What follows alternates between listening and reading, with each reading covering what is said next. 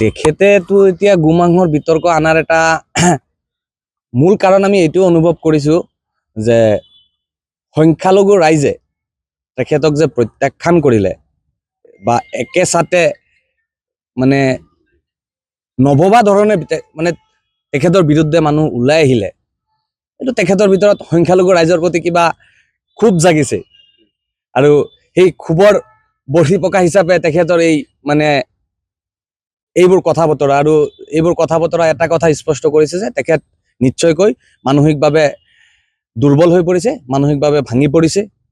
আপোনালোকে আৰু এটা কথা চাওক, নিৰ্বাচনী সময়ছোৱাত তেখেতে কৈছিলে যে মই পঞ্চায়তে 100টাকৈ চাকৰি দিছোঁ, আজি যদি মই চাকৰি নিদিলোহেঁতেন চানা বিক্ৰী কৰি খাব লাগিলহেঁতেন। তেখেতৰ মানসিকতা কিমান নিচ্চ খাপৰ আপোনালোকে এবাৰ বিচাৰ কৰক। শিক্ষিত যুৱ সমাজক মানৱ সম্পদ হিচাপে গঢ়ি তোলাৰ পৰিৱৰ্তে তেখেতে কিহৰ লগত তুলনা কৰিছে? চানা বিক্ৰেতাৰ লগত তুলনা কৰিছে।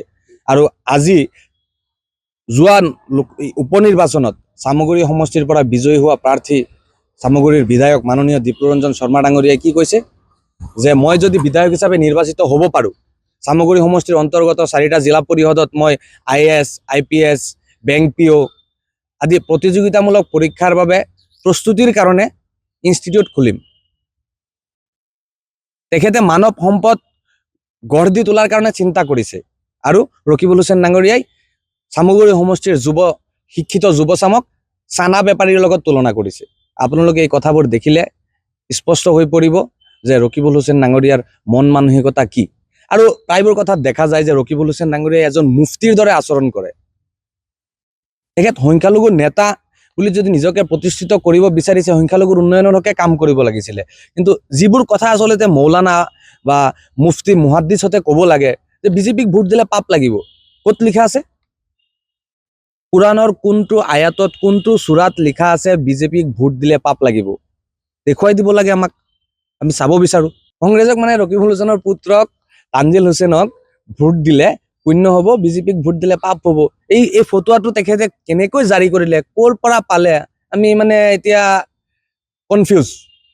ৰকিবুল হুছেইন সংখ্যালঘু নেতা নে নিজকে তেখেতে মুফতি হিচাপে প্ৰতিষ্ঠিত কৰিব বিচাৰিছে, আমি কনফিউজ হৈ গৈছোঁ। আচলতে যিবোৰ কথা এইবোৰ একান্ত মানে ব্যক্তিগত কথা বুলিও ক'ব পাৰি, কাৰণ ধৰ্ম হৈছে যাৰ তাৰ মানে মানসিক শান্তি ল'বৰ কাৰণে বা সৃষ্টিকৰ্তাক উপাসনা কৰাৰ কাৰণে। ধৰ্মীয় কথাবোৰত এজন ৰাজনৈতিক নেতাই ইণ্টাৰফিয়াৰ কৰাটো ভাল নহয় বুলি মই অনুভৱ কৰোঁ। নমস্কাৰ, মোৰ নাম নিৰুপম শইকীয়া। এনি ভাৰত 24 এটা নতুন অনুষ্ঠান লৈ আহি আছে, জুবিনৰ গানে কি আনে। তাৰ অডিশ্যনসমূহ অসমৰ প্ৰত্যেকটো ডিষ্ট্ৰিক্টত হ'ব আৰু এটা ৰিয়েলিটি শ্ব' হয়।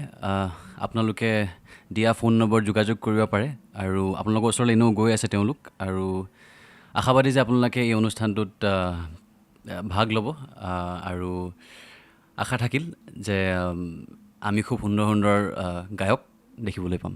ধন্যবাদ।